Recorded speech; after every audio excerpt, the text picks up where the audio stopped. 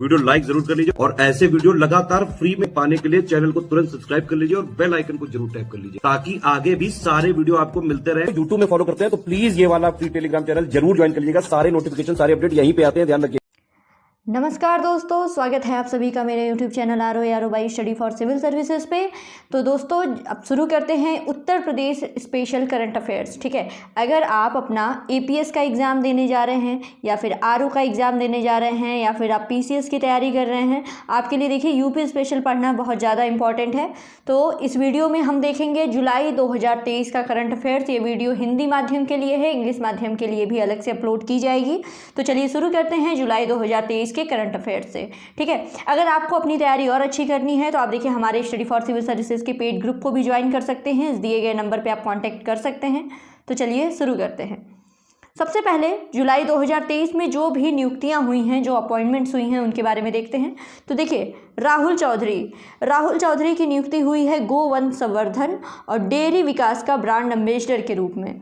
राज्य सरकार ने अंतर्राष्ट्रीय कबड्डी खिलाड़ी राहुल चौधरी को गोवन संवर्धन और डेयरी विकास का ब्रांड एम्बेसडर जो है नियुक्त किया है। ठीक है, तो राहुल चौधरी कौन है? एक कबड्डी खिलाड़ी हैं और याद रखिएगा डेयरी विकास का ब्रांड एम्बेसडर। अगला है जुलाई 2023 में जो अवार्ड और ये ऑनर्स हैं उसके बारे में देखते हैं। तो सर्वश्रेष्ठ शॉर्ट फिल्म का पुरस्कार ये दिया गया है गूलर के फूल को। गूलर का फूल इसको मिला है सर्वश्रेष्ठ शॉर्ट फिल्म का पुरस्कार। और किस संस्थान जिसके द्वारा ये पुरस्कार दिया गया है? तो ये है ARFF इंटरनेशनल फिल्म फेस्टिवल। ठीक है, तो जुलाई 2023 में स्पेन के बार्सिलोना शहर में हुए ARFF इंटरनेशनल फिल्म फेस्टिवल में लखनऊ की फिल्म है गूलर का फूल, इसको बेस्ट शॉर्ट फिल्म का पुरस्कार मिला है। ये जो फिल्म है ये सिर्फ 15 मिनट की है। इसमें लखनऊ के कलाकारों ने अभिनय किया हुआ है और इसका विषय क्या है? इसका विषय है पर्यावरण संरक्षण। ठीक है, तो इसमें देख लीजिएगा गूलर का फूल सर्वश्रेष्ठ शॉर्ट फिल्म पुरस्कार ARFF मतलब इसको प्रोवाइड करता है, ये पुरस्कार देता है। और स्पेन के बार्सिलोना शहर में इस फिल्म फेस्टिवल का आयोजन किया गया था। ठीक है, और ये जो फिल्म है गूलर का फूल, ये लखनऊ के कलाकारों ने इसमें अभिनय किया है और ये जो फिल्म है इसका विषय है पर्यावरण संरक्षण। ठीक, अब अगला है स्कीम और कैंपेन देख लेते हैं जुलाई 2023 में। तो सबसे पहले है संपर्क स्मार्ट शाला स्मार्ट ब्लॉक कार्यक्रम, तो उत्तर प्रदेश सरकार के द्वारा। और 4 जुलाई 2023 को मुख्यमंत्री योगी आदित्यनाथ ने सभी सरकारी स्कूलों में इस कार्यक्रम का उद्घाटन किया, सभी सरकारी स्कूलों में। ठीक है, संपर्क स्मार्ट शाला स्मार्ट ब्लॉक कार्यक्रम। ठीक है, संपर्क शाला स्मार्ट ब्लॉक कार्यक्रम। तो इस कार्यक्रम का लक्ष्य उत्तर प्रदेश के हर ब्लॉक को स्मार्ट ब्लॉक में परिवर्तित करना है तथा सरकारी विद्यालयों की शिक्षा प्रणाली को रोचक और आकर्षक बनाना है। ठीक है, अगला देखते हैं अवसर योजना। अवसर योजना क्या है इसके बारे में जान लीजिए। अवसर योजना उत्तर प्रदेश सरकार की है। तो जुलाई 2023 में राज्य सरकार ने हर बच्चे को एक यूनिक स्टूडेंट ID देने की योजना इसमें बनाई है। यूपी स्टूडेंट को यूनिक ID। ठीक है, यह ID एक डिजिटल अकाउंट से जुड़ी होगी जिसको अवसर का फुल फॉर्म क्या है? Accrued verified student achievement record, ये नाम दिया गया है। जो डिजिटल अकाउंट बनाया जाएगा हर स्टूडेंट का उसको नाम दिया गया है अवसर, जिसका फुल फॉर्म है accrued verified student achievement award. ठीक है, छात्र का राज्य के किसी भी विद्यालय में दाखिला लेने के साथ ही ID जनरेट हो जाएगी तथा आखिरी डिग्री तक ये रिकॉर्ड ट्रैक किया जाएगा। यह योजना निजी और सरकारी सभी स्कूलों में लागू होगी। याद रखिएगा, निजी स्कूल होंगे इसमें भी और सरकारी स्कूलों दोनों में लागू होगी, सिर्फ सरकारी स्कूलों के लिए नहीं है ये। इस योजना का उद्देश्य अब देख लेते हैं कि देखिए सभी बच्चों को एक यूनिक ID देना, ठीक है, जिसको अवसर नाम दिया गया है। शिक्षा के हर स्तर पर पारदर्शिता, इससे जिसे इसमें बताया गया ना कि कहीं पे भी बच्चे एडमिशन लेंगे, वो सरकारी स्कूल हो या निजी स्कूल हो, वहाँ पे इनकी ID जनरेट हो जाएगी और जब तक उनकी डिग्री चलती रहेगी सारा रिकॉर्ड ट्रैक होता रहेगा। तो शिक्षा के हर स्तर पर ट्रांसपेरेंसी पारदर्शिता इससे आएगी। और स्कॉलरशिप तथा अन्य सरकारी योजनाओं का दुरुपयोग जो होता है उसको भी रोका जाएगा और नौकरी के दौरान जो सत्यापन की क्रिया होती है वह क्रिया भी आसान हो जाएगी। ठीक है, तो ये है आपकी अवसर योजना। आगे बढ़ते हैं। मुख्यमंत्री खेत सुरक्षा योजना क्या है? मुख्यमंत्री खेत सुरक्षा योजना उत्तर प्रदेश सरकार की है। जुलाई 2023 में सरकार ने इस योजना को पूरे राज्य में लागू करने की घोषणा की है। इस योजना के अंतर्गत किसानों को आवारा पशुओं से अपनी नस्लों की सुरक्षा के लिए सोलर फेंसिंग लगाने के लिए सब्सिडी दी जाएगी। ठीक है, जो आवारा पशु होते हैं वो क्या करते हैं, किसानों के खेत में बहुत ज़्यादा नुकसान करते हैं, इसके लिए सोलर फेंसिंग लगाई जाएगी, इसके लिए सब्सिडी दी जाएगी सरकार के द्वारा। लघु सीमांत किसानों को प्रति हेक्टेयर लागत का 60% अधिकतम 1.43 लाख रुपए का अनुदान मिलेगा। तो इससे क्या है, इसमें किसानों की आय बढ़ाना और फसलों के नुकसान को कम करना, ये इसका उद्देश्य है। ठीक है, अगला है राहत चौपाल। राहत चौपाल क्या होता है? तो जुलाई 2023 में राज्य सरकार ने राज्य के सभी बाढ़ संवेदनशील गांवों में राहत चौपाल आयोजित करने का निर्देश दिया है। ठीक है, जितने भी बाढ़ संवेदनशील गांव हैं वहां पे राहत चौपाल। इससे क्या है, इसका उद्देश्य क्या है कि बाढ़ जैसी आपदा से होने वाले नुकसान को रोकना। ठीक है, लोगों को ऐसी आपदाओं के दौरान आवश्यक कार्रवाई के प्रति जागरूक करना। ठीक है, तो ये है राहत चौपाल। बेसिकली जितने भी बाढ़ वाले संवेदनशील वाले एरिया हैं उसमें क्या है कि बाढ़ से होने वाले नुकसान को रोकना, बाढ़ के दौरान आप क्या कार्रवाई कर सकते हैं, अपनी सुरक्षा के लिए क्या कर सकते हैं, इन सारी चीज़ों से जागरूक करना। ठीक है, इन सारी चीज़ों के प्रति। अगला है Uttar Pradesh solar school project. Uttar Pradesh solar school project, ये क्या है, उत्तर प्रदेश सरकार का। जुलाई 2023 में राज्य सरकार ने सौर ऊर्जा से स्कूलों को रोशन करने की योजना बनाई है। ठीक है, इसके पहले चरण में रायबरेली के 200 माध्यमिक स्कूलों में सौर ऊर्जा संयंत्र लगाए जाएंगे। इसका उद्देश्य वही पर्यावरण को बचाना, बिजली की बचत करना और छात्रों में सौर ऊर्जा के बारे में जागरूकता प्रदान करना। ठीक है, तो सोलर स्कूल से पता चल जा रहा है कि स्कूलों में सौर ऊर्जा का प्रयोग, स्कूलों में सौर ऊर्जा के द्वारा बिजली वगैरह प्रोवाइड करना, इससे क्या होगा, पर्यावरण को भी फायदा होगा, सोलर ऊर्जा के प्रति छात्रों को जागरूक भी करेंगे और बिजली की बचत भी होगी। शुरुआत इसकी की जा रही है रायबरेली के 200 माध्यमिक स्कूलों से। याद रखिएगा, रायबरेली से इसकी शुरुआत की जाएगी। फिर आगे है और अगली योजना है नंदिनी कृषक बीमा योजना। उत्तर प्रदेश सरकार की जुलाई 2023 में राज्य सरकार ने इस योजना का शुभारंभ किया, जिसमें पशुपालकों और किसानों को स्वदेशी उन्नतिशील नस्ल की गाय उत्पन्न कराई जाएगी। ठीक है, स्वदेशी उन्नतिशील नस्ल की गाय उत्पन्न कराई जाएगी। इसका उद्देश्य है राज्य में देसी नस्लों की गायों को बढ़ावा देना, कृषक तथा पशुपालकों को आर्थिक रूप से समृद्ध करना और दुग्ध उत्पादन के क्षेत्र में भी बढ़ोतरी के उपाय करना। ठीक, ये तो हो गई आपकी योजनाएं वगैरह। अब समिट्स देख लेते हैं, तो कौन से सम्मेलन हुए किस स्थान पर, उनके बारे में। तो देखिए, international temples convention and expo ये हुआ वाराणसी में। तो 22 से लेकर के 24 जुलाई 2023 के मध्य टेम्पल कनेक्ट के द्वारा इस सम्मेलन का आयोजन किया गया। और आम महोत्सव उत्तर प्रदेश का 2023 उत्तर प्रदेश आम महोत्सव लखनऊ में इसका आयोजन किया गया। तो 14 से लेकर के 15 जुलाई 2023 तक इसका आयोजन किया गया उद्यान एवं खाद्य प्रसंस्करण विभाग के द्वारा, जो कि लखनऊ के अवध शिल्पग्राम में। और मुख्यमंत्री योगी आदित्यनाथ ने इसका शुभारंभ किया और मॉस्को, दुबई, बहरीन निर्यात किए जाने वाले आम के ट्रकों को हरी झंडी दिखा करके रवाना किया। उत्तर प्रदेश में आम की लगभग 1000 प्रजातियों का उत्पादन किया जाता है और यहाँ आम की मांग जो है वो रूस में बहुत ज़्यादा है। ठीक है, उत्तर प्रदेश के आम की मांग जो है वो रूस में काफ़ी ज़्यादा है। ठीक है, इसके अलावा आप देख लेते हैं जुलाई 2023 में रैंक्स एंड रिपोर्ट्स। ठीक है, तो बहुआयामी गरीबी सूचकांक 2023 ये जारी किया जाता है नीति आयोग के द्वारा।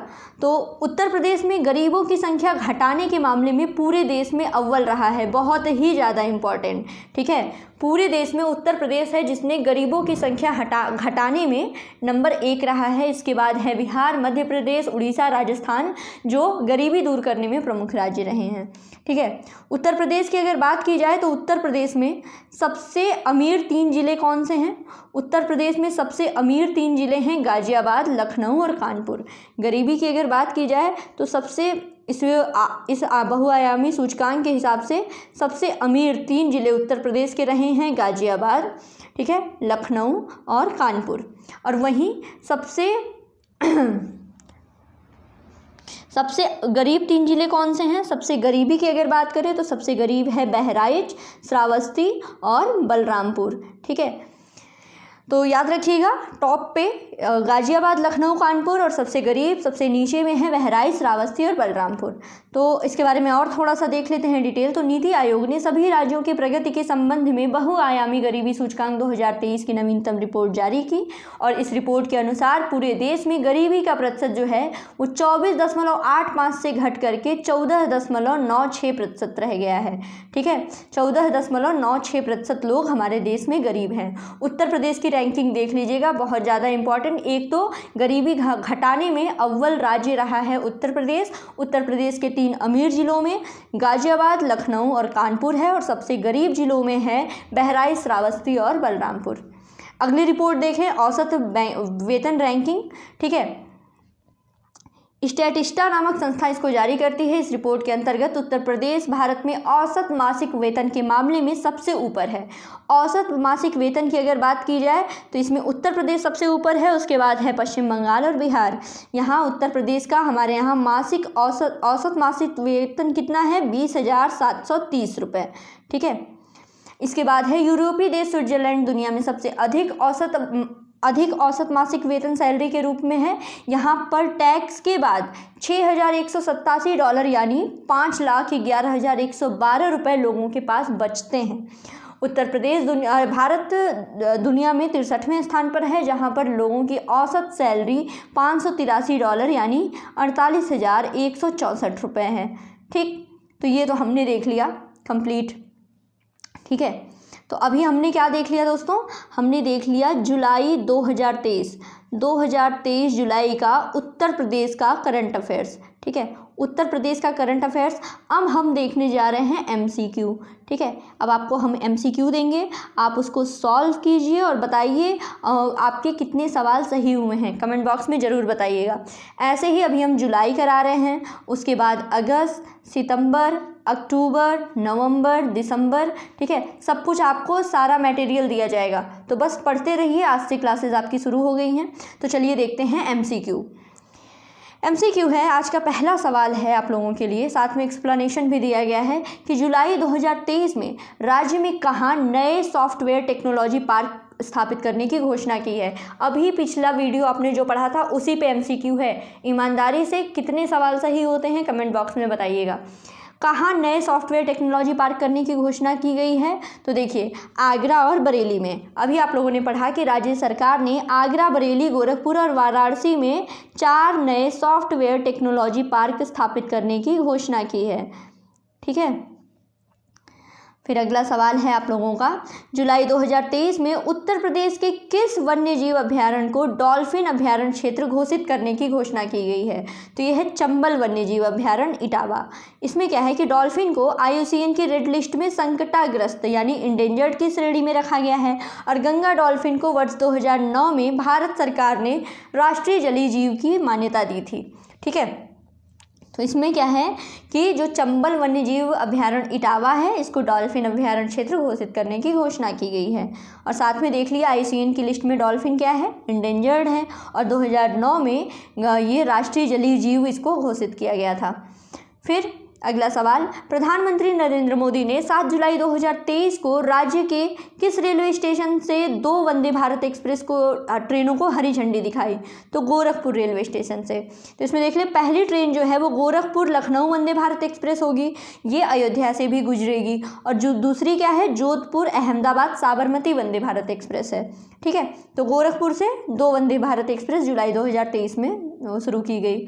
फिर अगला सवाल है आपका, जुलाई 2023 में उत्तर प्रदेश के किस भारतीय औद्योगिक संस्थान में कामिकाजे आत्मघाती ड्रोन जो है विकसित किया गया है? ठीक है, तो ये विकसित किया गया है IIT कानपुर के द्वारा। तो IIT कानपुर में आत्मघाती ड्रोन विकसित किया है। यह ड्रोन 6 किलो का विस्फोटक लेकर के भारतीय सेना से 100 किलोमीटर दूरी तय करके वार करने में सक्षम है।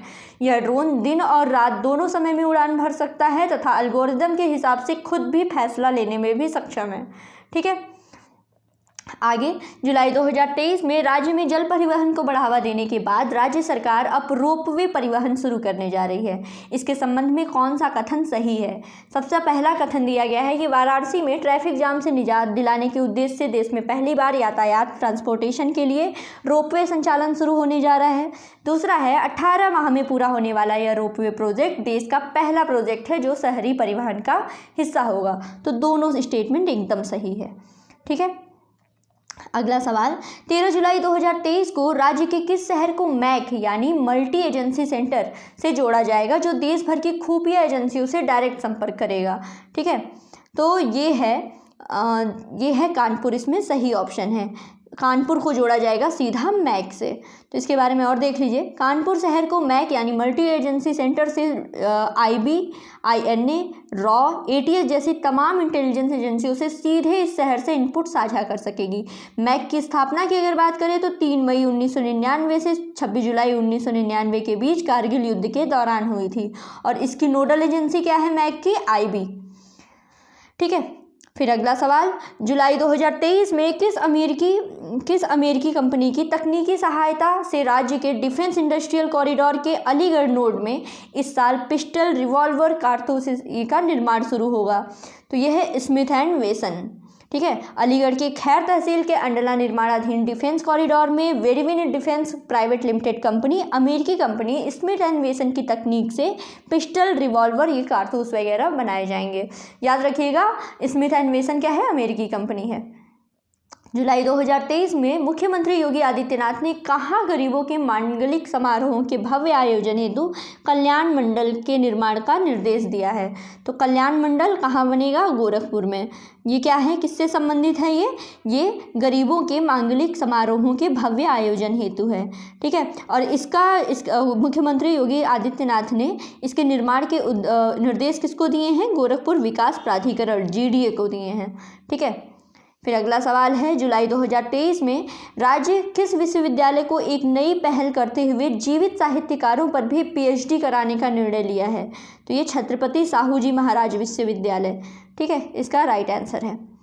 अगला सवाल देखते हैं, उत्तर प्रदेश का पहला PPP मोड पर संचालित होने वाला गो भ्रूण प्रत्यारोपण केंद्र कहाँ विकसित किया जा रहा है? गो भ्रूण प्रत्यारोपण केंद्र कहाँ विकसित किया जा रहा है? तो बरेली में पहला PPP मोड पर संचालित होने वाला है ये। तो इसके बारे में व्याख्या देख लेते हैं। बरेली में उत्तर प्रदेश का पहला PPP मोड पर संचालित होने वाला गो भ्रूण प्रत्यारोपण केंद्र विकसित किया जाएगा। पशुपालन मंत्रालय, IVRI और बरेली के एक बड़े उद्यमी के बीच ये अनुबंध हुआ है। इसका उद्देश्य क्या है? गायों की नस्ल जैसे गिर है, साहिवाल है, थार पारकर है, इन सब आदि को सुधारना। अगला, देश का सबसे ऊंचा मॉल कहाँ बनाया जा रहा है? देश का सबसे ऊंचा मॉल बनाया जा रहा है गौतम बुद्ध नगर नोएडा में।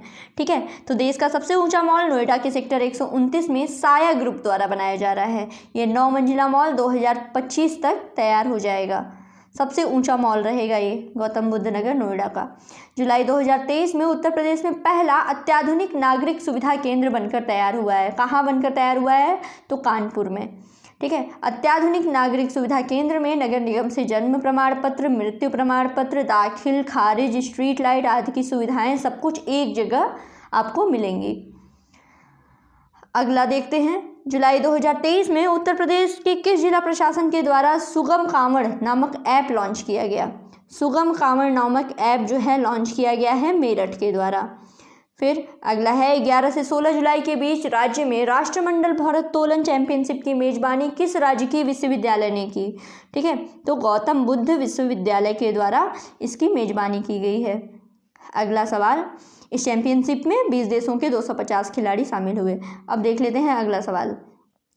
11 जुलाई से लेकर के 25 अगस्त 2023 तक राज्य में चारागाह की जमीनी पर पशुओं को हरा चारा उपलब्ध कराने हेतु कौन सी घास लगाने का निर्णय लिया गया है? ठीक है, तो ये है नेपियर। नेपियर क्या है ये देख लीजिएगा। तो इस घास की खेती से यानी नेपियर की खेती से पूरे साल पशुओं को हरा चारा उपलब्ध कराना संभव होगा। इसका चारा पौष्टिकता से भी भरपूर होता है और बुआई से भूमि की उर्वरा शक्ति भी बढ़ती है। ठीक है, तो इसलिए नेपियर की खेती। हाल ही में नाक से A++ रेटिंग पाने के बाद जुलाई 2023 में ऑनलाइन तथा डिस्टेंस लर्निंग पाठ्यक्रम शुरू करने वाला उत्तर प्रदेश का पहला सरकारी विश्वविद्यालय कौन सा है? तो ये है लखनऊ विश्वविद्यालय। ठीक है, ऑनलाइन तथा डिस्टेंस लर्निंग पाठ्यक्रम शुरू करने वाला। फिर आगे बढ़ते हैं, अगला सवाल देखते हैं। जुलाई 2023 में राष्ट्रीय चिकित्सा आयोग ने किस मेडिकल विश्वविद्यालय को चिकित्सा शिक्षा केंद्र के लिए नोडल केंद्र बनाया है? ठीक है, तो ये बनाया गया है किंग जॉर्ज मेडिकल विश्वविद्यालय लखनऊ को। राष्ट्रीय चिकित्सा आयोग ने मेडिकल विश्वविद्यालय को चिकित्सा शिक्षा केंद्र के लिए नोडल केंद्र। फिर जुलाई 2023 में देश के सभी 18 आयकर रीजनों में से सबसे अधिक आयकर जमा करने वाला रीजन कौन सा बना है? तो कानपुर रीजन है। आगे बढ़ते हैं, अगला सवाल, निम्नलिखित में से उत्तर मध्य रेलवे का कौन सा स्टेशन यात्रियों के लिए स्लीपिंग पॉड की सुविधा का शुभारंभ करने वाला उत्तर प्रदेश का पहला स्टेशन होगा? तो यह है प्रयागराज स्टेशन। तो इस सेवा से शुरू होने के बाद अब यात्रियों को स्टेशन पर उतरने के बाद होटल की तलाश में नहीं भटकना पड़ेगा। तो स्लीपिंग पॉड की सुविधा और प्रयागराज जंक्शन पे। जुलाई 2023 में नीति आयोग द्वारा जारी निर्यात तत्परता सूचकांक EPI 2022 देश के 10 राज्यों में से उत्तर प्रदेश को कौन सा स्थान मिला है? तो उत्तर प्रदेश को इसमें मिला है 7वां। ठीक है, 7th प्लेस पे है। तो देखिए, उत्तर प्रदेश गैर समुद्री राज्यों की श्रेणी में 3रे स्थान पर रहा है। और उत्तर प्रदेश में अगर बात की जाए निर्यात के मामले में तो मोबाइल फ़ोन, मांस, एल्युमिनियम, इन सब उत्पादों के निर्यात में अच्छी प्रगति हुई है। ठीक, जुलाई 2023 में राज्य सरकार ने बुंदेलखंड औद्योगिक विकास प्राधिकरण यानी बीडा इसके सृजन का निर्णय लिया है। इसका मुख्यालय कहाँ है बीडा का? तो देखिए, बीडा का मुख्यालय है झांसी में। ठीक, फिर है बीडा 5000 हेक्टेयर जमीन पर औद्योगिक तथा व्यावसायिक शहर विकसित करेगा जो डिफेंस कॉरिडोर और बुंदेल एक्सप्रेसवे के किनारे बनने वाले 2 औद्योगिक गलियारों के में आने वाले उद्योगों के विकास के लिए सहायक होगा, अच्छा होगा। ठीक है, फिर अगला सवाल है, 28 जुलाई को केंद्रीय गृह मंत्री अनुराग ठाकुर ने उत्तर प्रदेश राज्य के द्वारा निर्मित खेलो इंडिया सेंटरों का उद्घाटन किया है। ठीक है, कितने सेंटरों का उद्घाटन किया है खेलो इंडिया? तो ये हैं 69 सेंटर, खेल मंत्री अनुराग ठाकुर ने। फिर है 23 जुलाई 2023 को मुख्यमंत्री योगी आदित्यनाथ ने उत्तर प्रदेश के किस जिले में पहले मिनी स्पोर्ट कॉम्प्लेक्स का उद्घाटन किया? मिनी स्पोर्ट कॉम्प्लेक्स का उद्घाटन किया गया है गोरखपुर में। तो मिनी स्पोर्ट कॉम्प्लेक्स में टेबल टेनिस, तैराकी, कुश्ती, बास्केटबॉल, फुटबॉल, एथलेटिक्स, शूटिंग, इन जैसे खेलों की ट्रेनिंग दी जाएगी। ठीक है, अगला सवाल है, जुलाई 2023 में उत्तर प्रदेश सरकार ने इलेक्ट्रिक वाहनों की खरीद पर सब्सिडी देने के लिए एक वेब पोर्टल लॉन्च किया। इसमें से कौन सा कथन सही है? तो इस पोर्टल पर सब्सिडी की राशि वाहन की कीमत के आधार पर की जाएगी। सब्सिडी का लाभ 2 पहिया, 4 पहिया और इलेक्ट्रिक गुड्स कैरियर वाहनों पर मिलेगा। इस पोर्टल में सब्सिडी 14 अक्टूबर से लेकर के 13 अक्टूबर के मध्य खरीदे वाहनों पर दी जाएगी। ध्यान से इसको पढ़ लीजिएगा, तीनों स्टेटमेंट बिल्कुल सही है। ठीक है, सब्सिडी का लाभ उठाने के लिए लोगों को UPEV subsidy.in पोर्टल पर आवेदन करना पड़ेगा। अगला सवाल है, इस वर्ष 8 अक्टूबर को भारतीय वायुसेना ने अपना 91वां वर्षगांठ मनाएगी।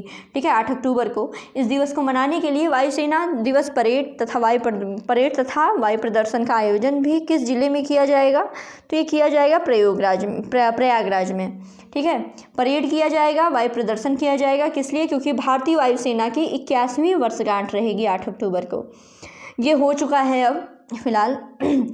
जुलाई 2023 में फिर से चर्चा में रही ज्ञान व्यापी कहाँ स्थित है? ज्ञान व्यापी स्थित है वाराणसी में। इस पे विवाद क्या है? इस मस्जिद पे विवाद है। हिंदू पक्ष के वकील विष्णु जैन ने बोला हुआ है कि ज्ञान वापी जो भवन है ये पुराना हिंदू मंदिर है जिसको अहिल्याबाई होलकर ने बनवाया था। और मुस्लिम पक्ष के जो वकील हैं फरमान नकवी, इन्होंने कहा है कि ज्ञान वापी मस्जिद एक पवित्र स्थल है, इसको तोड़ा नहीं जा सकता। ठीक, अगला सवाल है, जुलाई 2023 में राज्य सरकार ने 948 वृक्षों को विरासत वृक्ष घोषित किया है। इसमें कौन सा कथन सही है, ये पूछा गया है।